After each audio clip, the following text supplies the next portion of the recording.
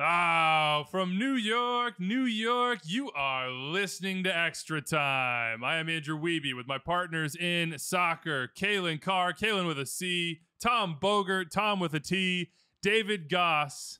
Can I say something? The #1 fan of the Commissioner of Major League Soccer. Yeah. Well, he's your fan. DG's. He's listening to your analysis. Well, DG's stay United. Also, you realize if you say my last name, you don't need to actually spell it. Yeah, no, that's why I said Tom. So with a what's T. confusing is Kyle has actually changed her name to Kalen Carr. So Okay. you guys are the same. Yeah, so Kyle could be with a K potentially or C. I'm gonna give Wiebe a slight amount. Kyle Laren, right? Yeah, come on.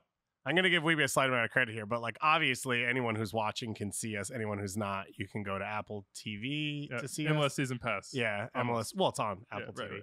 Right. Saving a beauty. The New York thing to do is to just wear black. Like people in New York wear black. So these three are wearing black, and then the most Jersey Shore thing you could do is wear a denim kit off on the side here.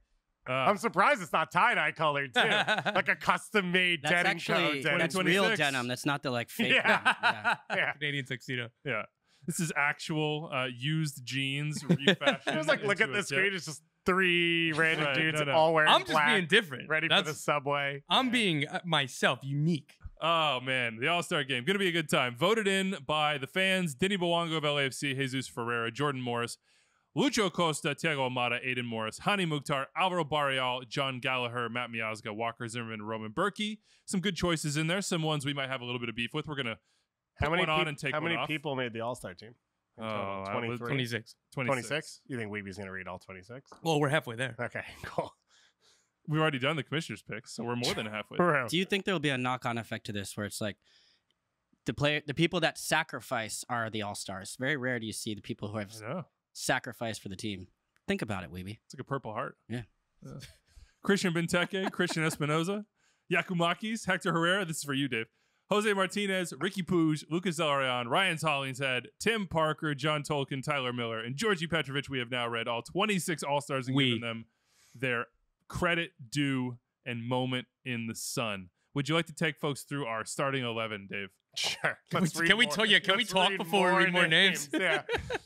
Sure, yeah. What do you want to talk about? So if you walked away from the list Weeby just read you, what you'll think about is it is heavy on 10s, as expected, light on 6s, which is where I was let down. Not as light on defenders as normal. Like you actually have a back line that's available, and you have a million goalkeepers. I guess you technically need. Yeah, you need 3. That's a roster. Pretty normal number. Yeah, it feels like too many to me, but that's here. So we put together a starting 11. Well, not everyone was there for this, so I can just. We went with a 4-2-3-1.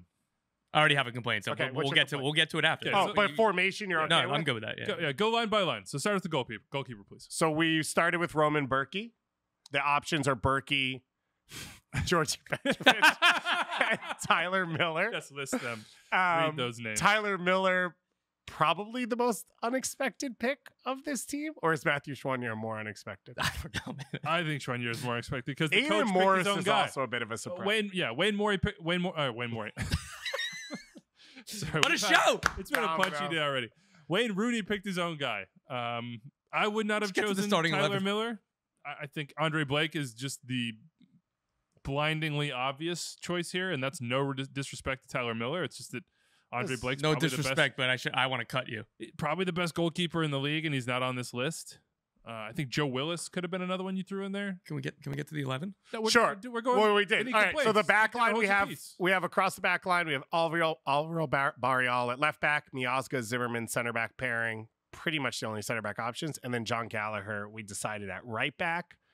Originally, I think we had John Tolkien in the starting lineup. Yeah, but I think Borrell's had a better season at left back, and in an All-Star game, I'd rather have the attacking side that Borrell brings. I think he's better than Tolkien in that sense. And then Gallagher, it does not matter what side he's on. Jamai Sombrero, Ronald Araujo last year against Barcelona because that's attacking. I'm not. I understand the show that I'm on. Like, I'm speaking to a man in a complete denim kit. Yeah. So I get that New Jersey is representing. John Gallagher, we all good at that at right back? Kalen, you're locked in on this. You're super invested. Yeah, I actually hadn't I was not included. Who was included in this? I think it was just the two of you yeah, two. it was Okay, I was just going to David say. and Well, we're the only two who were working. Some Yeah. people were out to lunch or Right, on their right. phones. I think I Things would of have that nature. taken Petrovic to start. I don't know. Tom, would you I'm like good to with make a Berkey. case? I'm good with Berkey. Okay, all right. I'll stay silent then. Kalen Island. The over there. Go back. Partly because I mean the All-Star game. Yes, I understand. I think they've both been great. Berkey, is big name, and I think deserves based on his play to. I think being a starter, but I'm sort of also looking at the spectacle of this. Yeah. And I think Petrovic for me is 23 years old. He's hasn't That's a played. spectacle of a goalkeeper right now. Well, he's going up against Arsenal, and so many of the clubs in that Could be playing against Arsenal soon, huh? exactly in that Huh? realm are looking at him. So, it's hard to take much from the performances. Although I would say a goalkeeper, especially thinking defense is not going to be in the highest order, can actually stand out in a match like this. So there might actually be something to gain for him. I don't think much to lose. We've now split. It's this side of the table. Do So we this think was the case I would have This side made of if the we were table. to, Yes, if I would have been included. It's a very convincing case. Look, Petrovic is going to be sold probably soon. Let's put him in the shop window. Let's Do we star think build. Matt Turner's going to start for Arsenal? Probably. Got to. Georgie against Matt. We never seen Done. them together. Is that 3 against 1 now? No, I'm picking Berkey the whole time. Oh, okay. Yeah, still Berkey. Close. Okay, so that's our back line. Now we have Jose Martinez and Thiago Almada as our 2 deeper lying midfielders. Does anyone have anything? Hector Herrera, just based on there's no Thiago Almada can't play as a double pivot. So that's an Oh, All-Star you game, thought Ache was going to do defensive work in this All-Star game? more so than Thiago Almada, sure. Get out! I'm not that interested in defensive work personally. Get lost. Yeah, get lost. But it's a good shout. Do you Ache think could get in there. Ache deserves to be in a starting lineup ahead? And then the rest, let me just do the rest. Thank you. Dennis Bouanga, Lucho Acosta, Hani Mukhtar, and then we have Christian Benteke up top. 1, because it's in DC, and 2, because it's deserved.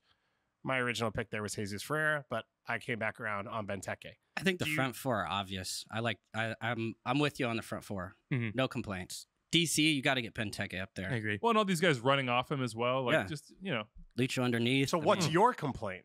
I already told you that the Thiago Almada playing has a double pivot. Oh, so you think Ache deserves Yeah. to be in this team? it's So not you really wanna a double take pivot. out- It's an extra 10. So you would want to take out take a World out Cup Thiago winner? Almada? I'm saying if we're trying to make a realistic 11. Would you and- slide and- him higher up the field in place of someone, or you wouldn't Nah, slide him? I mean, oof.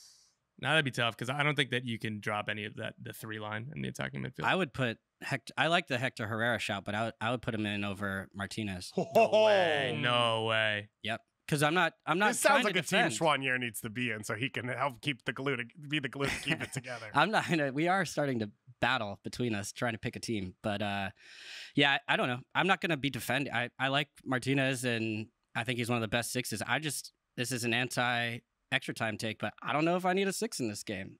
Just keep the ball, bring in Ache. He's gonna control the tempo, the pace of the game. He's put in a lot of work defensively when he needs to, and then you get the ball to Almada. I would love to see the 2 of them connect in the middle midfield. Making convincing arguments. This is baloney. I should have been at this pre-production meeting. It's an all-star team. It's not a pickup game. And Jose Martinez is more important. Well, first of all, this shouldn't even be Jose Martinez. It should be Nwobodo or Andre Kubas or someone like that. But those players are more important and better in Major League Soccer than the players you guys are talking about right now. Would you like to make your swap now? Yes, fine. I want Nwobodo in, and the player I chose to take off was Giacomakis because Andrew Weavy has created a shrine of this guy 6 months before he even came in this league. He's in deep chats with Celtic fans being like, you wish you could have him back. You love him. Everything is Giacomakis. I'm just The way he stalks around the I'm a field, source the way for the he Sun. smells goals. I'm just like, have you seen what Giacomakis is Yeah. doing here? Celtic could certainly use that, huh? I do love You Giacomakis. love him. I truly adore him and just his single-mindedness, and he's a huge personality. That's what this game needs, is a guy that's going to like deadpan into the camera like, of course I deserve the MVP of this game. I am the best player here. And Is that how he talks? no, I know it's not. Yeah. Obina Nwobodo is arguably the most important signing in the last 3 years in Major League Soccer. Make the argument. FC Cincinnati went from the worst team in the history of the league to on pace to being the best team in the history of the league. And he plays at what we have now seen over the course of time, the most important position for successful teams in MLS. So they went from the worst defense to the best defense before they got Matt Miazga, with a rookie goalkeeper, a rookie center back last year with Ian Murphy, Nick Hagland as a starter, Alvis Powell starting like a bunch of games last year. Now this year you've got Arias a little bit as well. He is the difference. They have 3 players in the team, so that would make it 4. But look, the pace that they're on a record-setting pace. They would annihilate the record by the Revs. How many years did we have to forget Diego Chara for him to have died in vain to not have allowed the next 6 to be celebrated? Diego Chara did not suffer for this. I agree. I am gonna, if you're gonna take off Martinez or Yakimakis, whatever, I'm gonna put Julian Carranza on, and I'm taking Jordan Morris off. You dug up the stat in the meeting. 1 goal since April 1st. Love Jordan Morris, but he's not here right now. Julian Carranza is. He's on a better team. Apologies, Anders. Union are better than Seattle. And he's scoring goals at a crazy pace. I want Carranza in this game. When I voted, Carranza was in my front 4. So Julian Carranza's in. Jordan Morris is out for me. Kalen, what about you? I am going to take out Ricky Puig. Just don't think that he's had the season. Part of All-Star is, frankly, based on how your club plays. That performance is a part of it. Not every team has an All-Star, so you don't necessarily need to pick somebody from every team. He's got 1 goal, 3 assists. I think we'd come in with the expectations that he might be up for the most valuable player. That hasn't happened, clearly, and for a lot of reasons around him that aren't necessarily his fault. But I still think this is a big honor to make the All-Star team. That's why it's exciting when you see players that are deserving get stepped into it. And I think the most obvious answer for this is Carlos Gil. And that's the biggest omission, frankly. It's like, I almost can't understand how you can have an All-Star game in MLS without Carlos Gil. His team is, it's also, if you look at the team performance, you look how they are without him in the lineup for New England, then you see what they look like with him in the lineup. So he's got 7 goals, 9 assists on the season. And it's like not just about the stats, but he's walking away. He's walking away over Ricky Puig and probably, frankly, most of the midfielders that are chosen. But yeah, I mean, Carlos Gil is, for me, a really, like, that's the one where you're like, somebody fix this. Like, this should be fixed, whether through whatever picks, mechanisms, drafts, waiver drafts. I don't know what it is. Who's dropping out, huh? Yeah, somebody's got to go. Who's picking up an injury, all right? Yeah. We need one of you. No, we don't want any injuries. Not a real injury, but like, let's just add another spot. I'm a little sore. So I just don't understand. So you take away the fan vote because you can't obviously change that. Sure. That is what it is. Of the coaches' picks, here are the attacking mids. I don't think you'd put Espinoza in that, but Ache, Ricky, Zelarayan, those are kind of the positional ones that you could have put Heel in. Zelarayan's put up huge numbers, more as a goal I'm scorer. good with Zelarayan. Yeah, so it would be, Pooch would be the one who would come in and out for him. Yeah. That seems like an easy one. Agree. And maybe it'll happen. Look, the other thing is we always see these all-star rosters. I wasn't encouraging players to actually physically be injured. Just saying, sometimes guys have, there's a knock where there's like, hey, I'm going to be out 2 weeks and this is going to overlap. Can't do it. Also, the Gold Cup final, I believe, is July 16th. And this game is July 19th. So I don't know how that will work, but, we were talking about Matt Turner. Jesus Ferreira is obviously there. Walker's not on the Gold Cup team. Oh, yeah, he's not. Yeah, Sorry, Jordan Morris is on that team as well. So there are some players that there are some question marks depending on Gold Cup run, I guess. What's your swap here, Tom? I would also drop Jordan Morris for Julian Gressel. That's where I'd go. I think Gressel's been so important and so very good for the Vancouver Whitecaps. And maybe he doesn't quite have like the box score numbers because I think it's like 3 goals, 5 assists. But like, I don't know, Julian Gressel has been, one of the best midfielders in the league this year. And at an all-star game, he can play central midfield. He can play right back. Like, he would be one of those guys who ends up playing like 65 minutes just because you're rotating in the 10s and the center forwards. And it'd be like Chouanier and Julian Gressel. Like, oh, you can play center mid. Now you can play right back. Now you got to play left back because there's only one left back. Like, so I think Julian Gressel would be very useful. We also wondered what Julian Gressel and Christian Benteke would be like. Yeah, so true. Now we get our opportunity to see Julian Gressel whip balls into Benteke. It might not be the box score numbers, and Vancouver's created a ton of chances, haven't been the most efficient at finishing them, but the like deeper chance creation numbers for Julian Gressel have been very, very good. 99th percentile of expected assists. Yeah. Also, just had a second kid, another new father, so mazel tov to him. And to now I get to pound the table. Dave is pounding the table. Let's go, Julian. And fam, well done. Ben Al hit us up. Should the All-Star Skills Challenge include a section where everyone tries to chip Tyler Miller? It's kind of messed up. Tough. Kind of messed up. Could be good practice for Tyler, though. Yeah. Backtracking. Perhaps. Yeah. What do you think about the Skills Challenge? What are you excited for this year? And how could it not be Goalie Wars, MLS Next Pro? Goalkeepers are going to get involved in Goalie Wars. Excited to see Declan Rice. I think that'll be fun. That's for you. That's for the Arsenal fans. That's good. In the room. That's very good. Your first run out in Arsenal colors is at the Skills Challenge, Declan. Try to hit that crossbar, bro. He's not gonna be able to do it. Everyone's gonna be like wasted, 100 mil wasted. What am I excited about? I don't know. It's just sort of like watching the guys pal around. I think that's the fun part, right? When Hani hit the crossbar, everyone like picking him up, joking around. The crossbar moment the first year. Yeah. Those are normally the most fun moments. I won't be doing it before them this year, so I won't really have good perspective of how tough it is. But you never know. Don't have people re-earthing that footage of us trying to do the. I put up scores equal to some of the guys who did it, so I feel good about that. That's actually not false. Yeah. All right. Well, we'll have more on the All-Star game and All-Star week as it gets a little closer, but let us know what you think about the All-Star rosters. Congratulations, by the way, to Columbus and the Lore.com field. They got the 2024 event. Commissioner Don Garber, longtime MLS listener, first-time mailer on the All-Star roster, was there to unveil that one. And I want to know where he should go next. So, can I just say Columbus is going to be sick. Yeah. Lore.com is downtown. You can walk there. Everything's around it. There's a bike path as well, so you can bike there. And the stadium's amazing. So that's going to be really, really fun. Columbus in the summer is class. Stayed in the Hyatt on the Weeby family road trip across to New Jersey in the parking lot. Let's go. I had the boys peering out the window. Nice. They didn't care, but I thought 2025, where should we head? So new stadiums or new markets. We can plot ourselves all the way through 2031. FC Cincinnati, San Diego, Austin, St. Louis, Charlotte, Nashville, and Miami opens late 2025. So I'm saying Miami for 26. Who would you give next year after 2024 the All-Star game to? Where would you want to go? Probably San Diego. Right? Game. First year in San Diego? Nashville would be a lot of fun. That's a beautiful stadium. They still need to figure out kind of like the immediate area around the stadium, but it's a class stadium and a fun town. Just hanging out on Broadway. I would go to Austin. I think for some of the same reasons, because a part of it is All-Star is like not just the match, right? It's the party. And it's easy to get around.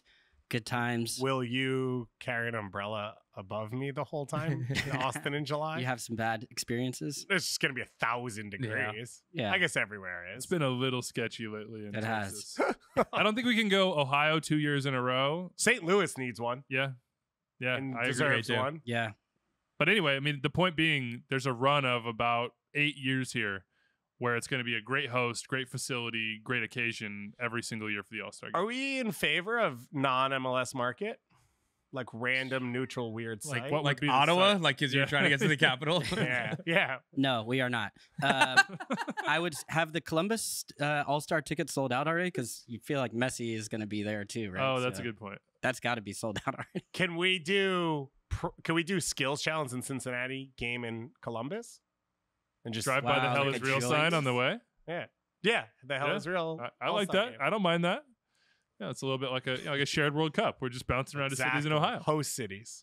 Okay, Morgan Tinza hit us up and said, MLS needs to switch back to East versus West. There are way too many good players who don't get included on a roster that has less spots on it than there are teams in the league. It would also bring more meaning to the game as far as bragging rights. What are your thoughts as far as teams that didn't get an All-Star this year?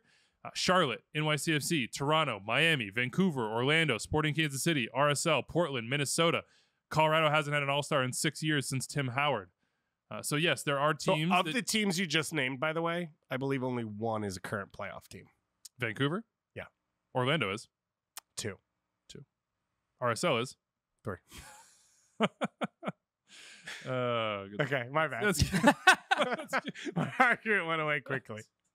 But I'm just saying, like, Miami, Toronto, NYC, they don't have All-Stars. Right. They are the 3 worst teams in logically so. Yeah. Colorado, they are the worst team in Major League Soccer. They don't have an All-Star. The Galaxy, unfortunately, do. That sort of throws this whole thing off. What do you think, Kaylin? I think she's got a point. And, the one thing I would say is I remember sitting in Minnesota at the end of last year's All-Star game and talking to all you guys and saying, you know what would be cool? Like, this is really cool against Liga MX. We really like this. But the one thing that might be cool, I believe Charlie Davis with us too, was like, we're all like, oh, East versus West. I feel like now's the time. And today in the meeting, oh no, it's everyone against that's a private me. space. It's everyone against me saying, this is the right format. I get it this way. And so I still would like to make the case for East versus West. I'm with you. I'm with you. I agree. Make it. Where were you? Oh, you weren't in the meeting. I wasn't there. You weren't there either, though. I don't know. I snuck in at the end. Tom was breaking news about the East versus West All-Star game coming up next. Can I don't know if this is the right space to go with like an out-of-the-box idea for the All-Star game, but wouldn't it be fun for where else would you? I don't know, but I don't want MLS. There's no safer space than this. If MLS hears this and takes this idea, I want 10%. This isn't going for fridge. Commissioner Don Garber make it known that he's pointing at the air. Yeah, somewhere else. Some executive. There's no cameras in here. No listening devices, Tom. Yeah, this is just a private hangout. Yeah. So wouldn't it be cool? Like, I think NHL does something like this, right? Where let's say we make it like a little 7v7 tournament. So there's 4 teams of like 10. And so you get 40 All-Stars, and then they're playing each other in these little mini games of 7v7. We've been talking about this for 4 years. You thought you just made this. I'm saying a whole tournament in North Carolina on this premise. Like that, and that's what they. No, they but we've talked about this for sure. They need to give on Tom ETR for years, saying it should just be pick up small-sided games. Yeah, Anders, can you open the door, please? Can you unlock this? Just everyone knows. Goss has had his elbows out physically and literally. Like electing the Pope, we lock ourselves in here, and then when the show is over, we burn white smoke. So here's a crazy idea. We've already done this. It's already happened. The East versus West has already happened.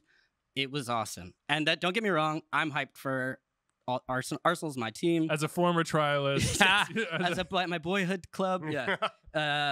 I'm hyped. I'm going, down there. I'm going to be at the match. I'm going to be all around. You and Lord Bentner or just you? Maybe Bentner might show up. Call him up. Freddie? Nicholas. Freddie as well? Nicky. Freddie's definitely going to be there. He's got to be. Anyway, I was just thinking of some funny stories, but they're probably not suitable for this. But I think so I'm hyped about this. There's no doubt about it. But on the other side, like the All-Star game, East versus West, I feel like we just went through this whole list of players that we felt should be involved or weren't involved or could they be? And like, that's the part for me where, if you went East versus West, you could get more people involved. So if you go through and you say like, Gressel, Wobodo, Carlos Heel, Evander, like you go down the list, there's a bunch of good players. Carranza, Gazak, like a bunch of guys. Blake, like more players could be involved. And then on the other side, like I remember I went to an East-West game and I was young, 2001. Clearly very impressionable. I was. And I went with my boy Diego. My mom got me tickets. It was in San Jose. And I was looking back on that. It was 6-6. Landon Donovan scored 4 goals. He scored in the 3rd minute. And he scored in the 93rd minute to tie it. I think it was also the year that he took off his shirt and did the Brandy Chastain sports bra thing, which now is just like every game because they've got the heart rate monitors in there. But yeah, I mean, just you go, and I was going through the looks. I was looking back at it. It was like a young Beasley. So I remember like being there and being like, oh, I think Bees has like his hair bleached. You saw like Echeverry, Preki, like all these incredible players, prime Brian McBride. And so I think about it and I'm like, oh man, it was crazy. Plenty more goals. Yeah. And so it's a lot more attacking because I think you're like, oh, I don't want to get exposed. I don't want to get embarrassed. You're going to play a little safer at times, where this was just like pure chaos, pure mayhem. And like, I wasn't, this was before you knew you could do the foreign thing. So it wasn't like I was thinking like, oh, what would this look like against Real Madrid or whoever. So, but I don't know. I think there's a case for it to say, we could be even more. I understand the intrigue and the attraction to it. I think tickets flew off the shelf right away. People are hyped about it. There's definitely buzz, but I feel like that would probably still carry over in a different way. And it would get more players involved. And I don't know. I'm just really intrigued by it. It's like the thing going back to your roots a little bit. I just think it would be just pure fun. If we could add to that, instead of it being sort of okay, you're going to play MLS games at the weekend, then come into an All-Star game on a Wednesday, and then you're back playing it this weekend, I would want to see an MLS East versus West almost be like, here's a week. Like, there is time. Everybody come out. Like, if you didn't, like parties, gatherings, events, like all these different, like, let's that make would the be league, tough, though. Let's make it like a league. I know, it's tough. That's going to be tough. Let's make it like a place where everybody, like, it doesn't have to be current players either. Former players come. just like a community gathering spot where there are all these things to I have do seen that and grow more. see and be seen and all that stuff. I feel like that has grown more. Where And you I think see, it's going to be big this year because DC is such it's a like, easy to get to. soccer-rich Yeah, there's a area. lot of existing players in that market. Like I think that even in Minnesota, like going to some of the parties, Tony Sane threw a party. There's a bunch of people throwing parties, so that was fun. I feel like that part has grown, but it is difficult to squeeze in because it's just like, you know, I think it would really grow if you could get current players to be able to go to All-Star, where you see maybe NBA All-Star weekend, their schedule is different, but to be able to like show up to the parties, and I think fans want to go because they can see, you know, maybe access some of these players they don't always Give me see. a red carpet. You know what I mean? I think that would be cool, but that seems kind of like a pipe dream just because the way the schedule goes. But East versus West seems like a possibility. Yeah, I think that's fair. Anyway, let us know what you think. Should be a good time. Saw the jerseys come out. As I said, I make a habit of collecting. You know, if a jersey with an MLS crest on it, you know, that's made for me. So that's my thing. Transfer time. We are not going to be here on Monday because that is the back end of the holiday weekend with July 4th. We will be with our In families America. or whatever we're doing. Shout out to Canada Day. When is Canada Day? That's shout out to July Canada. 1st. Hey, We will not be here because of celebrating Canada Day. Exactly. From our we dual really gotta capitals help in that. Ottawa and Washington, D.C. Big signing in almost Canada. Minnesota United signed Teemu Pukki to a designated player contract through June 25 with an option through December 25. So a 2-year deal that becomes a 2.5-year deal, you would assume, unless things are just going extremely poorly. Here's what Adrian Heath had to say. I feel as we have gotten the goal scorer that we've been craving ever since Christian Ramirez left. He's a gold standard proven goal scorer. Christian Ramirez Did he leave or did they trade him? traded him Benched LAFC. and then traded Yeah. because they kept trying to sign DPs that didn't work out. And then he got traded again to Houston, Yep. and then he came back. So it's borderline like you could just have Christian Ramirez. Yeah.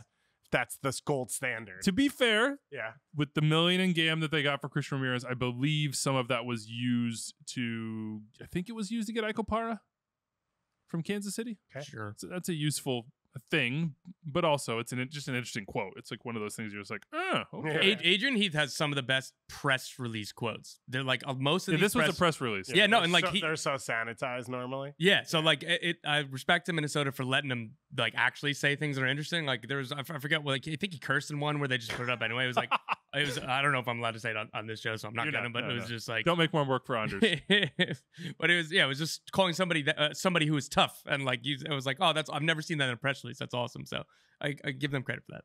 How do we think this is going to go? Teemu Pukki. Crazy goal scoring numbers for Norwich, you know, in the championship especially. Double digits in the Premier League. Last year suffered a number of injuries and I think just barely hit double digits. Yeah. How's it going to go, Dave? I'm the Pookie guy. Yeah. Yeah, you're the party guy. Yeah. I get the idea behind it. Minnesota are currently outside the playoffs in the West, but they're 5th in expected goals created. So in their mind, they're looking for a pure finisher, and what you just described for Norwich, especially the way Norwich has played at times over the last 5 years when he's been there, has been like he hangs off the last man, he floats to the far post, pullbacks, not a ton of chance creation, yet he finds his goals and he understands his movement in the box. So I understand the thought process there. And we talked 2-3 weeks ago, what would you do with Reynoso? And in my mind, I think you sell him. And I think if you're selling him, signing a 33-year-old DP with probably no sell on at that position in his style, I don't think totally makes sense. But it definitely makes them better tomorrow, and it gives them a better chance to win something this year. I missed this conversation on Monday, but I was listening. I think you'd be crazy to sell Reynoso. You just can't find players like that. And what you would have to pay to get him in, figure it out, and you've built this whole system around him. Even just since he's come back into the team, I feel like the team is already showing, even the other signings they've made look better. Son Bin-Jong had the assist to Reynoso in this last match where he's, you know, getting to the end line. He's got more space. Even just the amount of respect that RSL gave Reynoso, like they didn't want to get close to him because they were like, oh, he could hurt me. So that allows other players to progress, to move forward in the attack. So I think more and more, some of the other signings are going to look better. Hopefully they can get back Robin Ludd, who's an international teammate of Teemu Pukki, so they would know each other and have been able to at least talk to Robin about what he would be Minnesota like as a player. Yeah, I think it fits the profile of like Minnesota is probably not going to go maybe, I don't know. They got Reynoso as Argentine, but I think it's more difficult probably for them to go out to the market and get maybe more of the flashy big name signings or whatever. So as far as like, if you look at a lot of the international teams these players play for, it's like, you know, New Zealand, Finland, you know, South Africa, like players that have quality. Mander Garcia, they signed Darwin Quintero back in the day. Like they signed Amaria, right? Yeah, I think but I think this fits kind of the profile of the types of stars that they've brought in or players that they've brought in.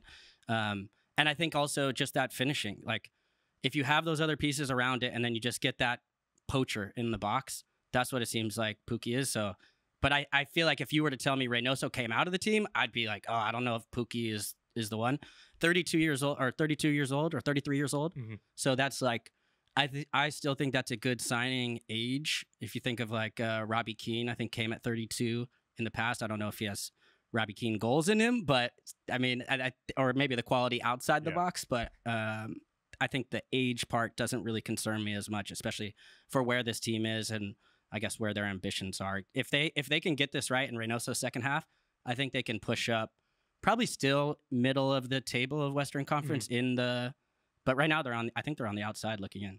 Yeah, they are. They're below the playoff line. This is a good signing. Like Pukki's going to score goals if he gets opportunities. Like even for those Norwich teams, they got relegated immediately in both of those seasons that they were in the Premier League, and they weren't exactly creating many chances or attacking very much. He still got double-digit goals in each of those seasons. Like Josh Sargent, I think, scored twice in the year that they played together in the Premier League. I mean, to be fair, Sargent was playing a lot of right wing, which was more so right wing back for them. But again, like it's not easy to score goals. Like he will score goals with the chances. He fits in a 4-2-3-1. He fits with the pieces around him. And what they needed more than anything else was consistent somebody who can finish the chances. So now with Reynoso back, like I think that this team has a lot of room to grow, and obviously because they're kind of further down the table. But yeah, it's a really good sign to me. And Kale and I agree with you. Like I think it's a false premise that they would think about selling Reynoso kind of immediately. Like yeah, like this player is brought in to fit with Emmanuel Reynoso, and again, I think that's a really good signing. They tried to aim like a little bit higher for Cho Gui-sung, the South Korean international. In the winter, they had like a 5 or 6 million bid that. I think that it was accepted by the club, but the player ended up not wanting to go. He still hasn't left South Korea. I think he was aiming for Europe. But like when those deals didn't happen, I think this was like a pretty safe, really strong, no transfer fee. Like, I don't know. I think this is a really good signing. By the way, Minnesota United second in the league in goal underperformance compared to XG. So 5th in creation, but they have fifth in the missed West. out on 5th in the West. Either way, missed out on almost 10 goals through poor finishing. I mean, that goes up and down the entire roster. Nwane is one of the main contributors to that stat, but there's nobody who's covering themselves in glory. The flip side that we do have to discuss here is that this is just the latest in a long line of failed forward signings. So I don't want to say Pukki is going to be a failed forward signing. I think he has the best profile of all the signings. Well, he's that the most made. He's the most he's actually guaranteed. proven. Yeah. Whereas the other ones were sort of like, oh, well, jump up to this level or like, Just even go through them. Angelo Rodriguez did not have a good goal scoring record in South America. Adrian Hunu did not have a good goal scoring record in France, and it was like, oh, you're going to get to play center forward, and that's where you're going to play. Like you said, just Amaria didn't have a strong goal scoring record outside, I think, of Paraguay. So Teemu Pukki is the one who was like, okay, look at his resume. In the championship, he was scoring 25 to 30 goals in those seasons until this year. Like this is the best profile and pedigree that they've gotten. So I think that it's. It is fair to look at the track record, but again, I think that this is different than all of those signings. Champo, mate. Yeah. I was gonna make a Jay Simpson joke. Yeah, think of one. I was trying not to. Like, I was like, don't say it, and then it just got really quiet, and I couldn't help myself. Can I just on the back of this, the Reynoso thing? At most, he can play 16 games this year in MLS. At most. Can you? But on your selling side, wouldn't this be the wrong time to sell him? Like, shouldn't you try to play him? No, the wrong time to sell him would be if this happens again next year, and you're trying to sell him when he's not with your team. And I'm not saying sell him right now because I don't think you could. I think you'd have to sell him after the season, in the next off season. But 2 months ago, if they could sell him for anything, they would have. So you're just going to look at it and say, "Oh no, now we're good." You're going to put yourself back into that situation. And then with Pukki, again, I think everything you guys said was right, but there is no sell on there, right? He's 33, 34. Like, this is it. And they didn't pay a transfer fee, which is great. They're paying a pretty big contract, we think, because you'd assume they didn't pay a transfer fee and he was available to everyone in the world.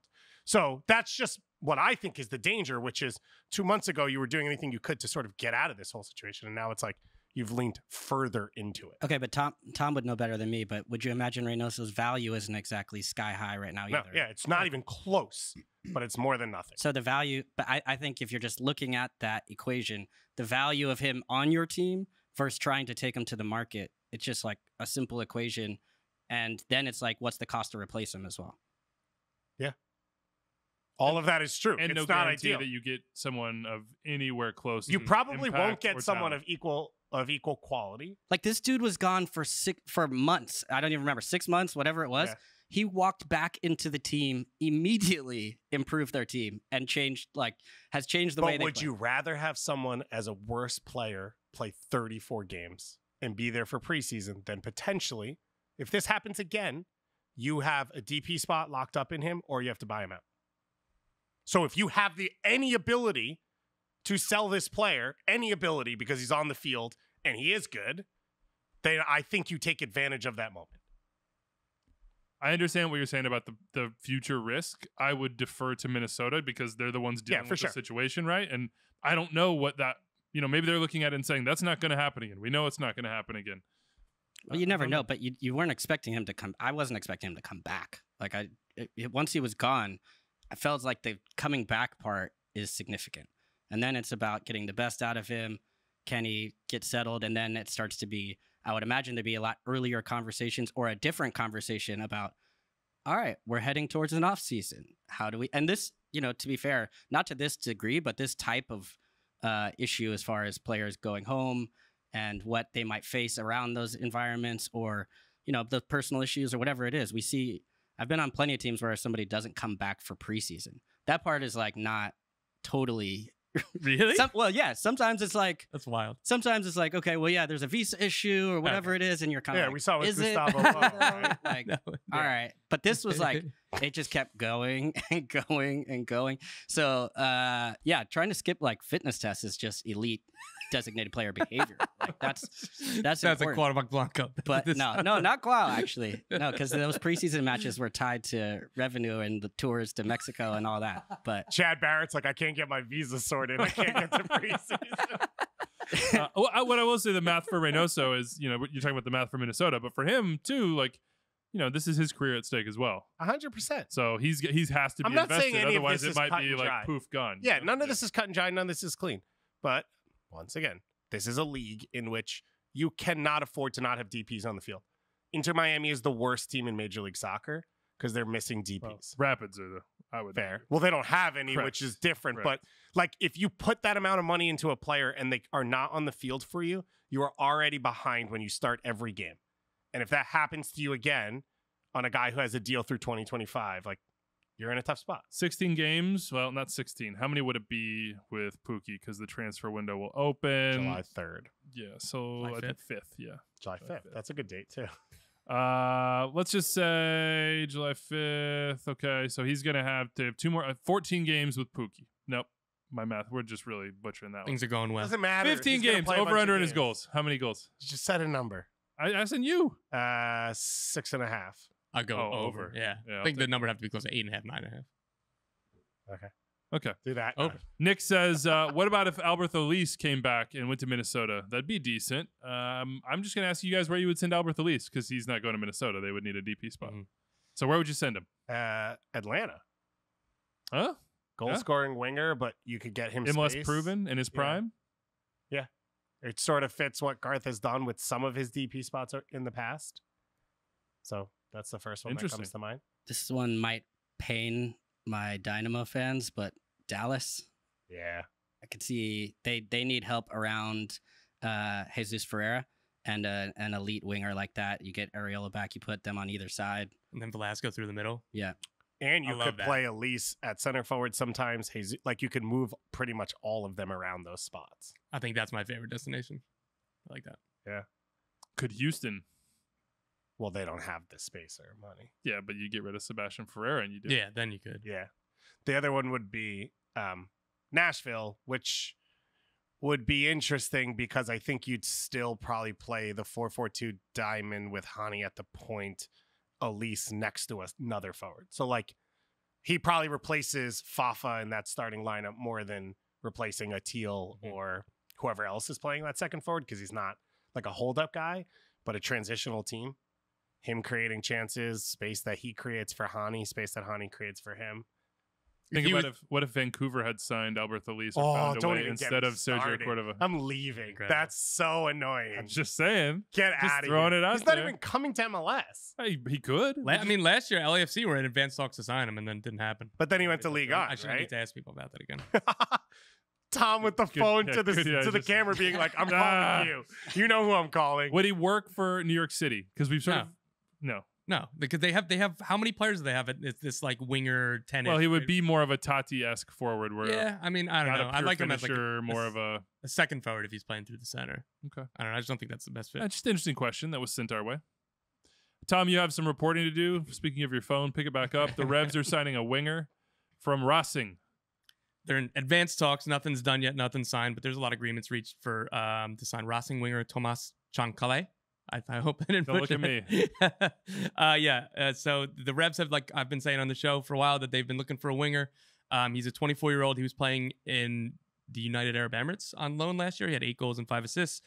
He looks like a real talent. He can play on either side of the wing, either side of the field. He played through the center a little bit in the United Arab Emirates. And yeah, this would be a pretty significant signing. It'd be, if the deal gets done, it'd be a loan right now with a purchase option in the winter. And the assumption is if they picked up the purchase option, he would turn into a DP, which wouldn't be a problem because they'll have flexibility in the winter. Gustavo Bo's contract's coming up. So this would be a pretty significant piece if they're able to get it over the line. Like, they're close, but again, nothing is done or signed yet. Interesting. That would certainly elevate them. Yeah. I guess it's a good time to do a quick conversation about what teams could be elevated the most in the summer, because we won't be around when the transfer window opens. So what's the team? One signing, a profile, not a specific player.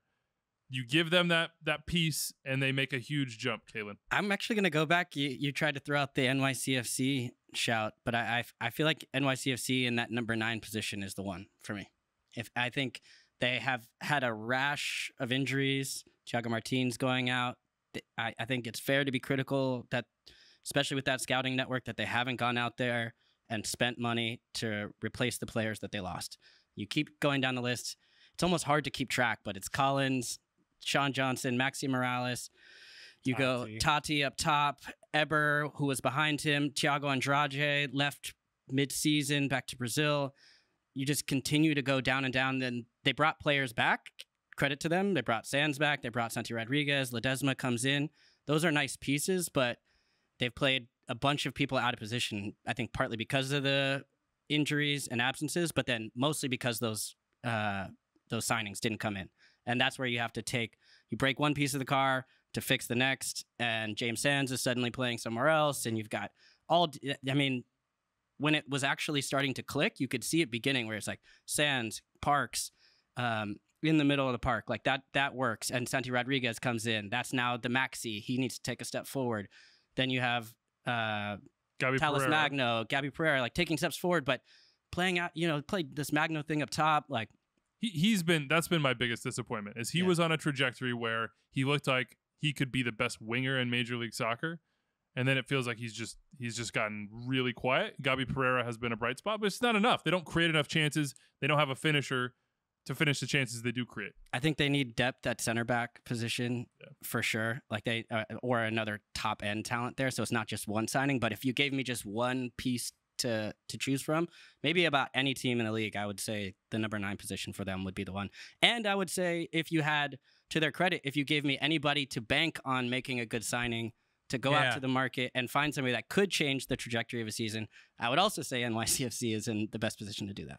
I think that's why I'm disappointed too. Like, they're a very well-run organization in terms of scouting and acquisition. Sporting director David Lee has done, I thought, really, really well, because I think when we talk about this team, we talk about City Football Group and everything, but David Lee has been a really underrated sporting director in this league. So it's disappointing that we were all talking about this all offseason, how obvious it is that they needed a center forward. They need a center forward. Oh no, like Talis Magno maybe, or Santi Rodriguez, or whoever can play false 9. Like, I think that's why it's even more disappointing, because it was so obvious. I just didn't like him using a car analogy when talking about NYCFC. So I think a better analogy would be like, you're short on trains on the 4-5, so you slide a 2-3 over there. Now you're short on the 2-3, so you slide a 1 onto the 2-3 line. Now you got to run extra C trains off the BD potentially, and like your whole system just falls. Let's say you've been behind. deferring maintenance for years. Yeah. You haven't been bringing money to the system. Well, I'm just saying there are other analogies you could use besides a car analogy driving up to the Bronx. All right. What's your team, Dave? Team and position.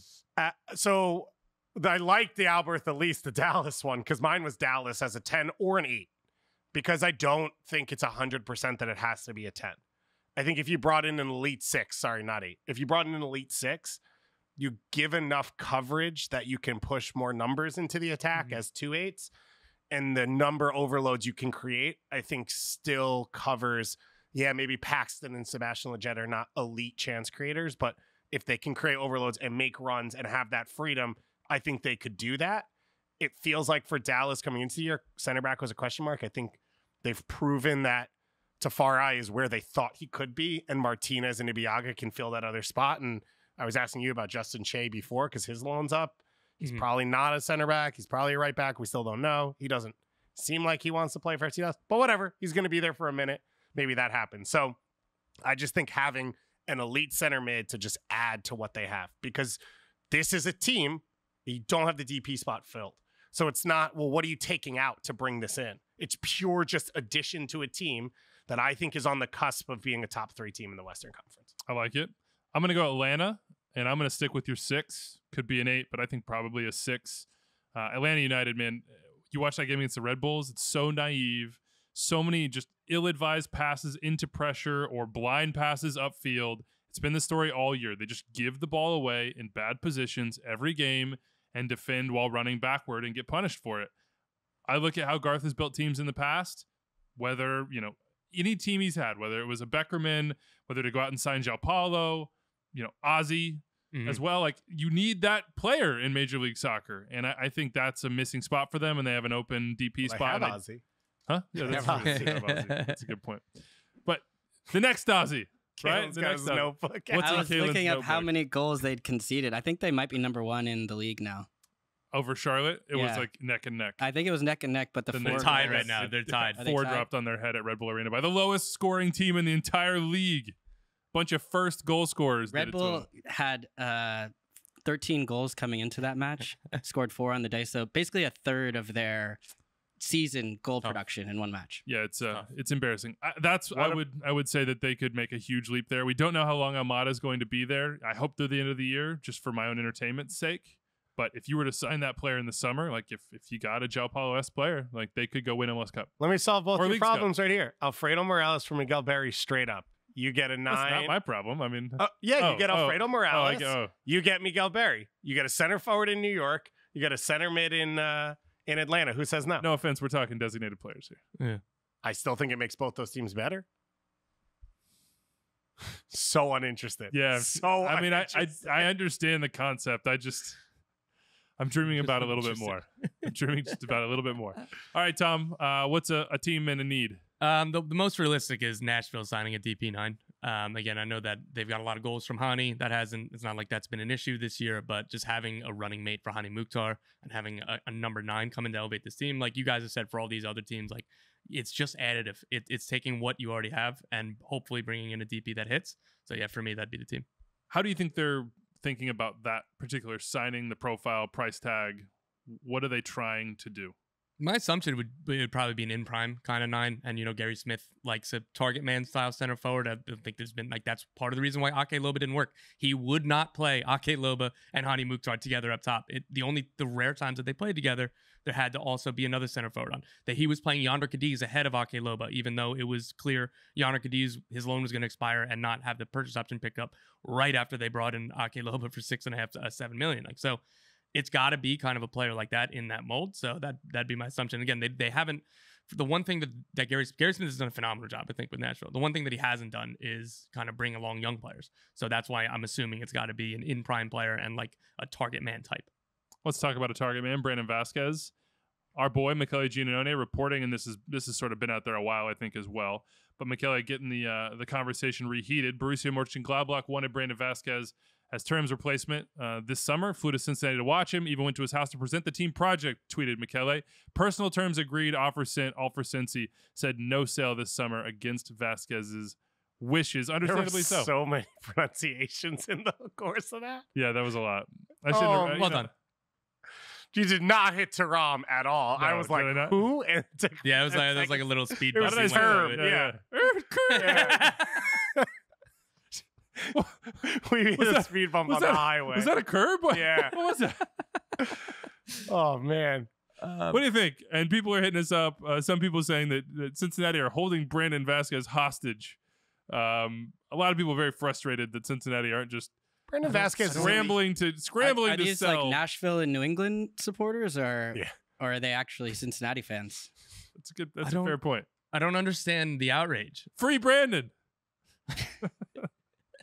I don't understand what's like. Again, like this is all like the Mönchengladbach interest and offers and stuff has been out there. Like we've been talking about in this show. It's been widely known that the Cincinnati are not going to let Brandon Vazquez go this summer. Vazquez himself told ESPN, he was like, yeah, I get it. Like they lost Brenner. Like, of course, Cincinnati aren't looking to get rid of a starting center forward amid this Shield run, like an MLS Cup ready team, while they already sold Brenner this summer. When they signed Brandon Vazquez to a contract last August, we're not even a year into his new contract. Like, I think that this is just normal business. I'm not sure why. Like, they're not like holding him back. Like, they've been working with him and said, yeah, one day we'll help you get to Europe, but like, it's got to be something that makes sense for everybody. Like, it would be, malpractice if they let him go right now without kind of a replacement. And again, he's not a DP, so it's even more difficult to replace a player. He's somebody who had 18 goals last year, and he's a non-DP player. Like, this is, I don't know, it's a non-starter for me, and I don't know, like, it's not that complicated to me either. But isn't it complicated by Vazquez desires? Because it says next player's desires is to go. Yeah, but he's not the first person to think that. And like, again, if it was desperate, I want to leave at all costs, don't sign the contract. Yeah, he shouldn't have signed a new contract. And right? but that's not even like I like Michele is awesome, and I hope this doesn't sound like I'm saying anything to disagree with him. Like, from my understanding, the relationship between Vazquez and the club is really, really good. Like, there's nothing wrong here. Like, the case with Brenner wasn't quite like that. Brandon Vazquez, like even again, he said he understands why it's not going to happen. It's, the agent's job to try to push and try to explore it. But like, I don't know. I think that everybody just understands that this is a situation. This is the reality. Okay, but that's the part that's frustrating for me at some point, because it's generally the person who doesn't handle things well that gets the move. Yeah. And it just goes with kind of across the board where, I don't know. I feel like I was naive at times coming into MLS where I was like, you're not getting, even if it's just coming down to playing time, and you're like, you know what? The manager didn't play me. I'm going to train harder tomorrow.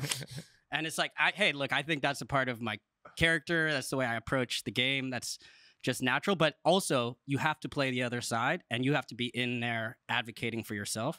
And that's what it seems like is happening. So it's always a negotiation to say whether I want to move, when the move comes, but it's generally the nightmare that gets the move first. Mm-hmm. And I'm not saying that I know Brenner was a nightmare. Not. It did sound like reports coming out where that he was, in Brazil. Going back to easy to deal with the Brandon Vazquez. I think he had a preseason. I mean, I think he had some family stuff going on too, maybe. But I think I don't want to go too far into that because I don't know what the situation was. But I would say that there is that negotiation always within a team, and sometimes being the nice guy doesn't always get you what you want when you want it. And that's just an observation more than like a commentary. And I do think overall for clubs, the job of an MLS manager, front office, sporting director, all that is about managing more and more of this. Because after this, it's going to be Borrell, right? It's not just going to be one or the other. And you have to figure out how in these windows you can keep your team, because there's pressure on you to sell the player from the player's perspective. There's pressure on you from the ownership to win a cup, to lift a shield. How many chances do you get to do that? The windows are getting tighter with the amount of talent that's in here, and the profile of talent where it's like, we're going to go abroad. We're going to sell players. We're going to move players. We've seen Philadelphia have to try to deal with this, with moving players on. We've seen New England go through selling a bunch of their players at once and then just crashing, and now they come back. So it's become like an extra part of managing the roster that is complicated. It sounds like this move's going to happen, but also, I don't know, Tom, it sounds like there's also in the next window, teams want to spend now, right? Yeah. Because that's a part of what their goals are. Yeah, and like so Gladbach in particular, they're losing Marcus Thuram right now. Like he's already left. Like they want a starting center forward. Just say that again. Did I get it right? Yeah, no, just say it again. Starting center like it's different when it's Is Brandon Vazquez really being brought in to start for Gladbach on day one? Why else would you bring in a 24-year-old, 25-year-old center forward and spend 7 to 10 million or whatever it costs, right? But yeah, just before I let you go, guys, just like the thing we talk about transfer and you know winning a deal and turning a profit or buying a player for 2 million and selling them, you know, developing all this stuff, like that's all great. But what are we here for? Are we here to win games and trophies, or are we here to raise a transfer spend banner? Well, right? That's the complication that True, Galen was talking about. Is it's ultimately it's both, and the teams that succeed the most will find a way to do the tap dance between the two and somehow marry them. Yeah, but, so that's why it's like whether his value is air quote the highest right now. Like, who cares? His team is chasing trophies, and again, like all the other context around it is you just signed a new contract. You understand why we're not going to lose both of our star center forwards in the same window. All of the other context. So like if the only reason is, well, his value's high, or well, somebody finally came up and like wanted to sign him, like that's not enough. There needs to be a confluence of other factors. And again, we're here to win trophies. Like the fans are coming to have a star on their shirt and a Brandon Vazquez jersey, not a Brandon Vazquez plus 7.5 on the back of their shirt. Like, great. Like we got more dividends for shareholders. Like, what are we doing here? Like we're about trophies. Like again, the business side of it and the development side, all that is important, but it needs to be in check because winning is the most important. Sorry, guys, I keep cutting you off. No, I don't have anything else to say. The nice thing for Brandon Vazquez, I'm easy. You guys are the ones who are difficult in this setting, so you guys are getting your moves. I'm just laid back and I'm chill. But I will say, him playing with Bupenza could lead to a better second half of the season than he's having now. He only has 4 goals. The other thing is, as a player, having a club behind you that you're connected to positively makes your career easier. Like I think we've seen this from especially American and Canadian players that have gone overseas of like, something goes wrong, to have Cincinnati say, yeah, we want to loan you back because you need rehab time. Or if you choose to come back to MLS, have a positive relationship with that club. I think Brandon Vazquez deserves to be in the U.S. men's national team pool, but I think we all know that Chris Albright and Pat Noonan have been banging on U.S. soccer's door for a year now, saying give him that chance. And I think it's helped Matt Miazga get back into the team, and I think it's helped Vazquez have that support. So I think there are positives with being a part of that team. And if the only thing he wanted was to go play in Europe, then you shouldn't have signed another long-term contract. You should have played out your deal and said, I'm going to take that risk and go do this. So if the worst thing that happens to you is you have to be the best team in the league and win a trophy and earn your spot in the national team through playing in MLS and scoring goals, I don't think it's the worst thing. And on the free him thing, I think that term can only come when like you're being ridiculous of like, yeah, $25 million doesn't matter. Like no way we'll sell him. Yeah. The deal clearly is not blowing anyone out of the water that you're making the deal where it's like somehow Cincinnati put their head in the sand and is ignoring reality. Yeah, no, That's but there not what's used to happening. be a time where it was like free him, like let him go, please let him. Like you had to be with the national team, not just like around the national team. Yeah. You had to be the like main person to get a move. Shalry Joseph's to Celtic. It's just it's really difficult to get. It used to be, and now I think teams you're seeing the shift. But this also comes with. And Cincinnati have proven they will sell. Like, I don't think they're like, oh, we're absolutely not going to do this. They're just trying to figure out the timing right. But it is a tricky balance. Exactly. Would like to see both happen. Yes. Would like to see Cincinnati's project come to fruition with Brandon Vazquez a part of it. And if they go win MLS Cup and he scores a ton of goals, I have a hard time believing there won't be an opportunity in the winter or even next summer that could work out as well. It just might not be Mönchengladbach. You just never know. Yeah, you just never know. I mean, these things change and can change quickly. Okay, let's talk quickly Austin. So there's some news there. Football Critic hit us up and said, definitely got to talk about Rodolfo Borrell to Austin FC as the new sporting director. I was like, wait, what? Then I checked out Fabrizio Romano's feed here. All right, Tom! He reported it first. Who said that the Man City's Rodolfo Borrell set to sign with Austin as their sporting director. He's been with Man City for 9 seasons with Barca.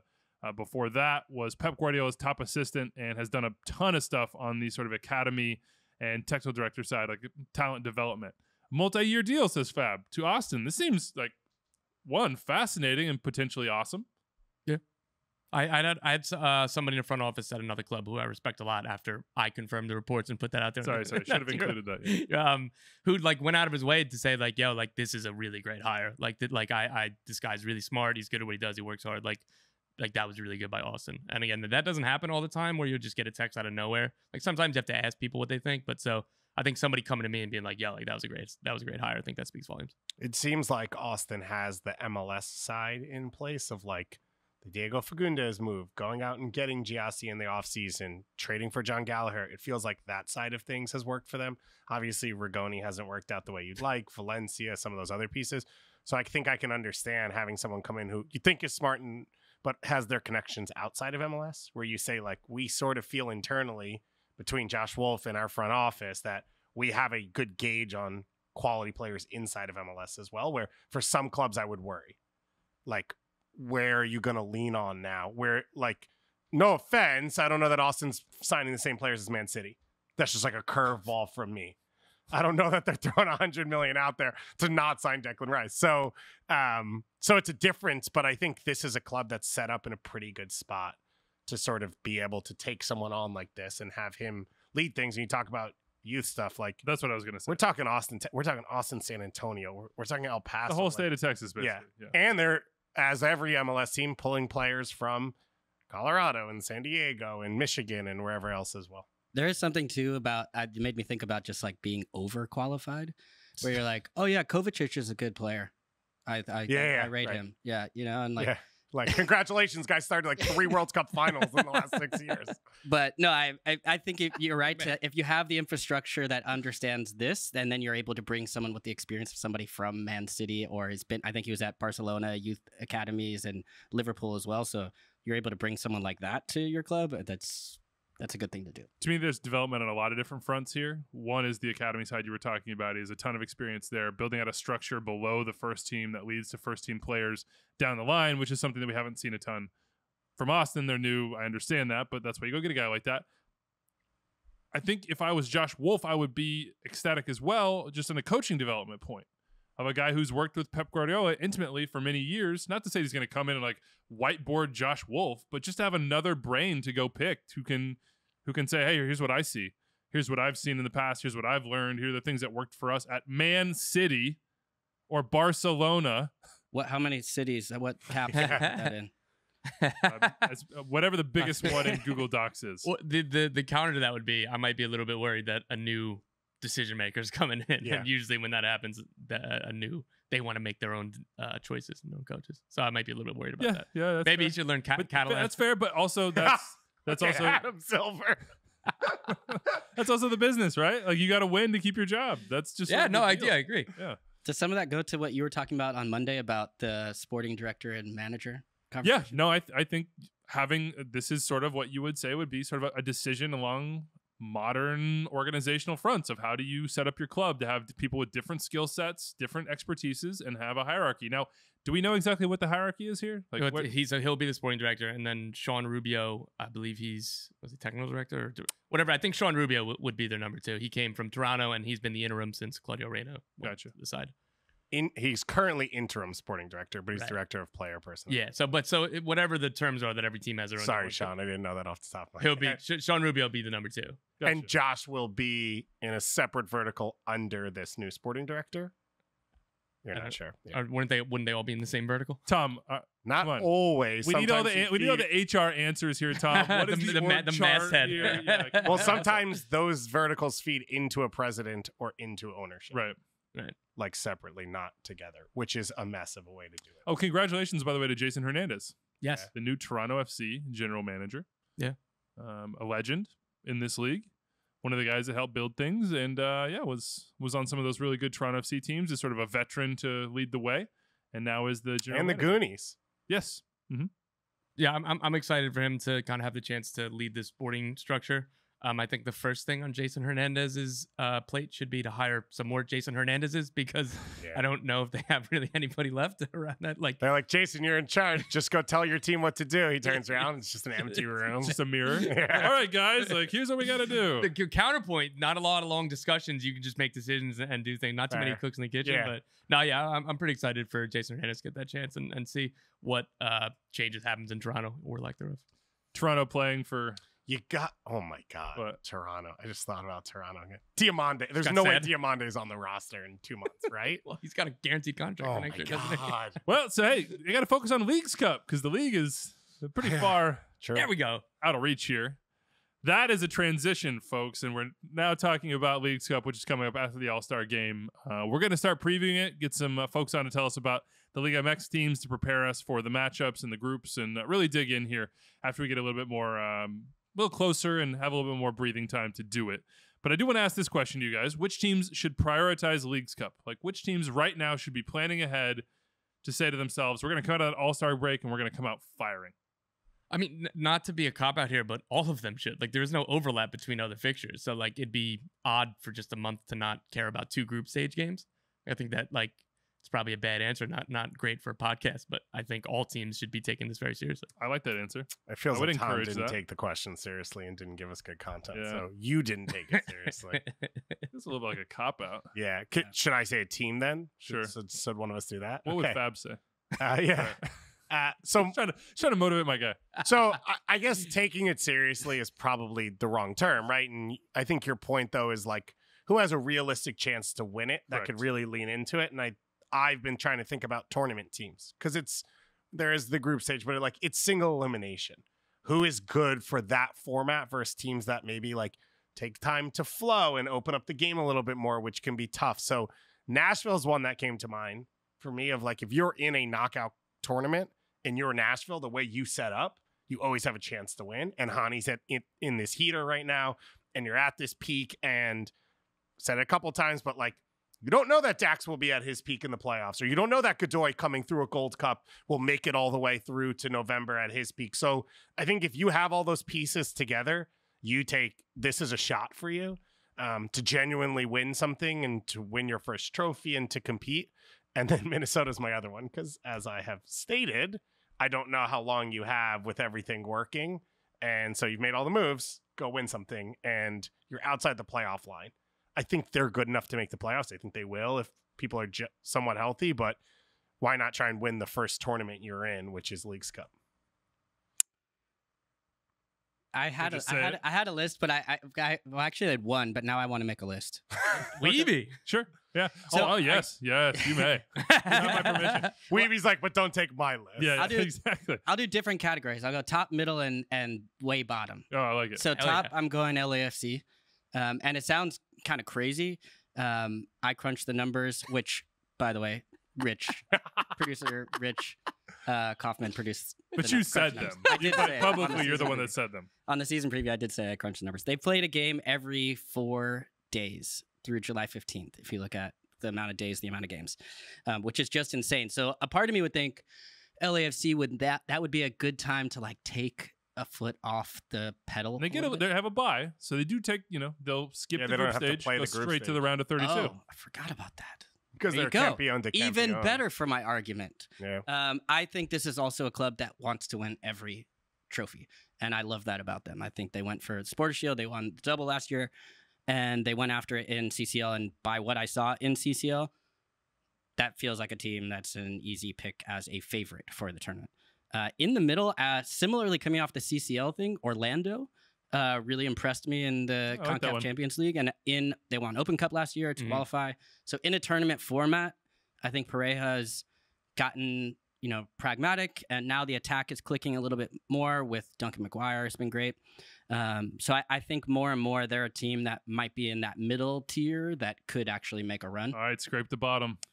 And at the bottom, I have Inter Miami, which you would expect. But I think the part for me, it's a few things. One, of course, Messi. All of the eyes, all of the attention are going to be on this team.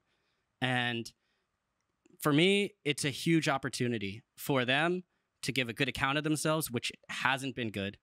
I'm still on the side I know Sasha's broken down all the math and the equations, and it's really been as he's been breaking it. Yeah, he's crunched the numbers. As he's been crunching is when they've really, like, this little passage to the bridge to Messi is the problem, where they've gotten worse and worse and worse. And so it's making Sasha look good. Well, they've only lost 7 straight. So yeah. So, but this is a chance for them in high leverage moments to try to sort their team out on the fly. Negri going down with the ACL makes it worse. But I think if they can, also the other part is just not even for them, but I think to give a good account of MLS. There's going to be a lot of people that are, which is extra pressure on them to give account of themselves. I don't think they can think about that, but I think that's the reality of the situation is people are going to be watching them from that maybe haven't tuned in as of yet. So I'm definitely going to be, obviously like everyone else, watching every second, but I think there's added pressure on Miami to figure it out so they can sort it out for the rest of the season stretch and not just have it be like, okay, yeah, we made the debut, we got a couple matches in, but now we have to like figure out ourselves as a team without actual like, meaningful matches. They need those matches to be able to like integrate him and figure it out all on the fly. So there's a lot of pressure on him. Tough I'm too. just so ecstatic that Kalen's list Sorry, guys. did not Venn I couldn't help diagram it. my list. Well, We're can I just separate lists? throw out there though, just so Inter Miami, they're in a group with Cruz Azul and Atlanta United. That's one of the tougher groups. So if they are going to, like, it's not, you don't have any time. You have to hit the ground running. So Atlanta United was one of my teams, but now that I realize Inter Miami's in their group, crash and burn 5 stripes. Inter Miami, moving on. We're good with that. I'm going to throw out the Revs, who have won exactly nothing other than a shield. Yeah, we don't want a shield. Other than a shield. And have a team that could go win an MLS Cup. These are opportunities for teams that maybe don't have that knockout round success experience to maybe hone those tendencies before the playoffs come. So I'd love to see the Revs make a run. I think they have the talent to and experience to do that. I would also put FC Cincinnati in that bucket. Why not? We're talking about LAFC trying to win everything. Why not FC Cincinnati? Beat Guadalajara, beat Sporting Kansas City, go on a run, get Bupenza integrated. There's no they have a little bit of, they have breathing room. We have state. Well, they can loosen the belt a little bit in the league. Are we going to preview this weekend at some point? Right after this. Okay, so that will change things. Genuinely, this game against the Revs, I think, might change a lot about the way the season is treated by multiple teams because of how big Cincinnati can stretch their lead. If you are FC Cincinnati, your first, second, and third goal is to win Supporters Shield this year. To go from the worst club ever to winning your first trophy, I think it should be to win everything. And it will be, I think, as the club gets built. But you don't have time to build the depth yet. And so your focus should be to win the thing that you are in the driver's seat of. All right, let's go to match day 22. I killed your list? No, that was perfect. That was my whole list. It was 3 teams. Oh. What game are you watching, You Dave? want to add a team? No. I'm probably going to be watching FC Cincinnati against the New England Revolution. Man, wow, whoa. So Cincinnati is 7 points up on the Revs. No team with games in hand can jump where the Revs stand. So 7 points is the closest any team in MLS could possibly be to Cincinnati with all games played. Both have played 19 games. Let's just make that clear. There are other teams that have played 18 or maybe 17 that could not jump over what the Revs are at. If Cincinnati wins this game, they move 10 points ahead, maybe 9 points ahead of the second place team, whatever it is. That's driver. At that point, you can go to the corner and start wasting time. If you are 10 points up at this point, you would need not only Cincinnati to drop off, other teams would probably need to play at a record points per game for the rest of the year to catch Cincinnati, even if Cincinnati fell apart, which I don't think they will. So for this team, it's must win. Now for the Revs, Miazga's out. Ian Murphy is suspended. Brandon Vazquez is not with the team. This is a huge opportunity to go to TQL and win, which is not a place that teams can go do that, but this is a group you can do it against. You're probably going to see a back line with center back starting in Ray Gaddis around Nick Hagland and Alvis Powell. Now, reading between the lines, did I hear you say that as if Ray Gaddis starting at center back was a potential weakness? Or can you just... It just pulls him off the wing, and that's... Can you clarify for me? Yeah, I just think it weakens you at right wing back, and so it's sort of... It's like if you take a piece out of the car, it's a knock on. I understood what you were saying there. So this is just a massive game. Give his face, Kalen. Give him that Ray finger. In MLS, sometimes you don't get... Forehead to forehead. Because of the way the schedules work out. Like, whenever we go to MLS Cup, it's like, oh, these teams played, like, on May 30th, and that was the last time we saw them. This is a big chance for the two teams against each other to control their own destiny. Free Bupinza as well. Yeah. So like for Cincinnati, it's not They just started Kimi Ordonez and Baji in the attack last game. It's not just that they're going to come back after Leagues Cup and have an opportunity, that they'll have it with a premier striker, we think, based on profile and transfer number. All right, what's your game, Tom? Nashville, DC. Again, I think Cincy, New England is the kind of the clear game of the weekend. But another one I'll be watching is Nashville, DC. And like, it's pretty simple for me. Like, Hani Mukhtar is must watch, and Christian Benteke. I have a soft spot for target man strikers, and I kind of low key love the way, like, how direct DC can be, but they have the finesse around it because Benteke's game is so much more than just being the most physical striker in the league, which he is. He's got a real good finesse around it. Taxi Fontes, I believe, is back from international duty. Whatever. And Mateus Click is one of the most fun players to watch in the league. So yeah, Nashville, DC, I think is a fun one. Curious to see how Nashville, with Schaffelberg out, Picot out, maybe Teal Bunbury out, attack that high back line of DC. Like, who's going to be the runner? It was Luke Hackinson with Hani, and Hani has been, the whole team has been extremely quiet the last two games. 2 losses on the road. So return home where they're very good. See if they can turn it around against a DC team that just knocked off Cincinnati. I'm going to take Crew Red Bulls. Clash of styles. Good one too. Possession versus not possession. So should be an interesting game. 33%, I think, was the final number for Red Bull. 4-0. Yeah, I mean, they just gave it to Atlanta. Yeah. We're like, yeah, are you going to screw up? Cool, yeah, you did. Yeah, we're going to go straight to goal. But this should be a good game. I love watching the trio of Zelarayan and Cucho and Christian Ramirez. Just feels like from the jump they've had chemistry and they seem to like each other. And when Cucho's dummying to Christian and passing to Christian and giving up goal-scoring chances to Christian so he can score, that's a really good sign for where you're going. So, Nancy, they play out of the back, right? Yeah, they do. Right. Make some mistakes. All right. sometimes. Finishes up, Kaylin. You could skip ahead if you want because we won't be here on Monday. Yeah, I'm going El Tráfico. And I only realized this earlier today, but this is the makeup on 4th of July from the Matchday 1 that got stormed out. That had all the hype and all the. It was Ricky Puig on the MVP Ricky Puig. When we thought the Right. Galaxy were going to be good. and there was this now Don't is say we. this is now has a very different picture to the puzzle from where it was then. That said, the part that I'm still excited about is going back. Is around Ricky Puig and that Open Cup game. Oh, yeah.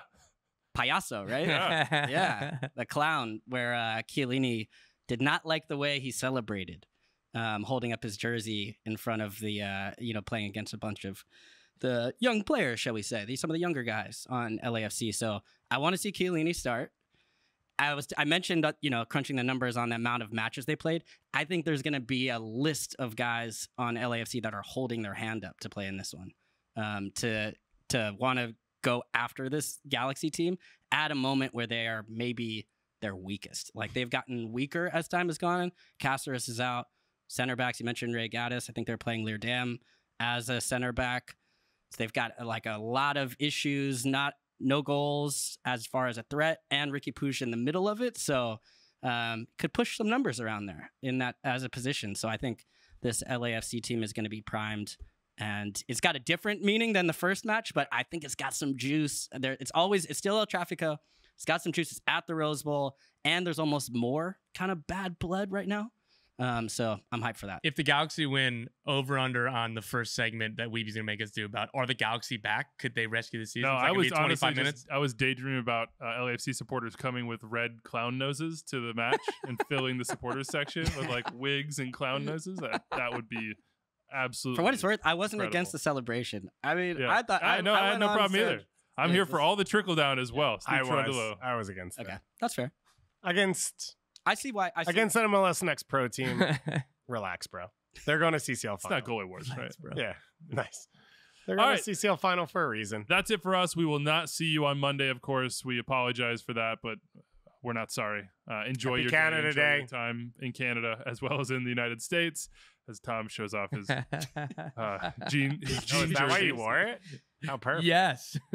That is not the first time he's worn that. Anyway, had It's a great 'cause time he's with worried you about guys St. today. Kitts and Nevis. He's Stick trying to around get if the you've good made it vibes. through 80 minutes of hardcore MLS talk. We have a gift for you on the other side. That is, of course, Vanni Sartini singing Nickelback. Enjoy your week and your weekend. Adios.